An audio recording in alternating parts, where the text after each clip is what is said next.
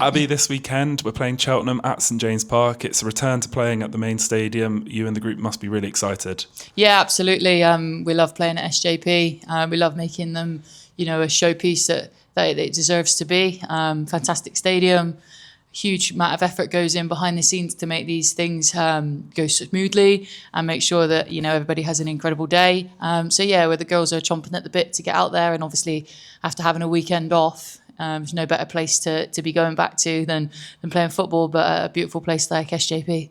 We may have had the weekend off, but the club's been busy on the news front. Behind the scenes, Sophie Gillies has confirmed as signing the first ever contract in the women's team's history. How important is it to start getting players on these contracts? Yeah, absolutely. It's a fantastic milestone for the football club. To be a part of it as well has been incredibly.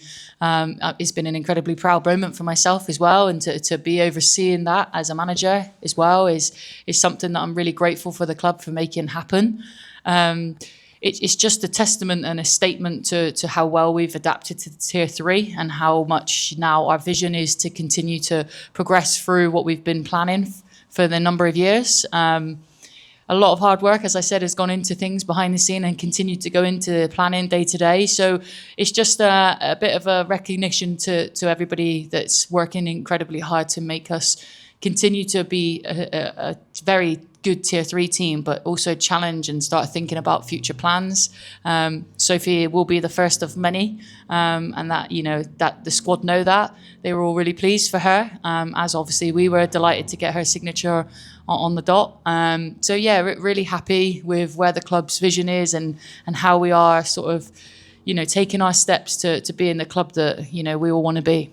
Could you explain a little bit about how this differs from the semi-pro status the players got back in the summer? Yeah, so obviously the FA Women's National Contract just allows the players and the club to have security on who they play for. If an approach comes in for them from another football club, it just protects us and protects them as assets. And it also allows them to have a bit more security around finances and a bit more around the player package, which is really crucial to us on what we can give them other than money, because it's not always about that. It certainly isn't about that in the women's game. It's about opportunity. It's about all those other things that go into making a player want to play for the football club. We're in a very unique position here at Exeter City, with obviously being fan-owned, that, we do things differently. And the girls and I use that as a selling point, and the girls, like I said, really enjoy that part of it. It's like I said, a really fantastic statement from us at this point in the season to put our marker in the ground and kind of say, this is where we are and how we want to move forward, a statement with Sophie, and the rest will follow. And it was a great way, personally, for Sophie, I guess, to cap off a great week for her. 2 goals, 2 wins and the contract. Absolutely. What more could she want? As you said, a winner in a Devon derby for a very young local girl is obviously what she wanted, setting out into that game last Wednesday and then finishing it with a contract. What better could she have won today? So on the pitch, we're just touching it slightly there. We're on a run of 3 consecutive wins, 2 consecutive clean sheets as well. How important is it that we continue that momentum going into this weekend? Huge. Cheltenham will not be an easy game. They obviously had a fantastic win against Wimbledon, so it kind of puts them all but safe, probably not mathematically, but I think that they'll probably be looking up rather than over their shoulders now. So we need to be mindful that they'll be coming to SJP full of confidence. I know Tom well; he won't be making a mistake of thinking that they can rest on their laurels. They will come with an intent to disrupt and to get the win. I don't think I've ever known him to set up a team to do other than that. So we need to be switched on from minute one. We know their threats. We know how they'll look to play. So we just need to be aware of the dangers. And then, as I always say, focus on ourselves, focus on our strengths, use the pitch to our advantage, use momentum, use the crowd, and make sure that, when we get our moments, we take them. With these previous 2 wins as well, it's shown how the team can rise to the occasion. Like you said, Cheltenham will be up for it to try and push their point in the league table, but I guess they'll be just equal to that. Yeah, absolutely. I think the last 2 wins has shown real desire and different side of our game. We can mix it and we can play some really fancy, expansive football. We can nick 1-0 wins, but we can sit in and we can defend. And I think doing some research and some stats, Dave Gribble will appreciate me saying this one, but our points difference from the first 10 games to the second half of the season, 9 games so far. But the points in what we've conceded, the goals, conceded is significantly lower.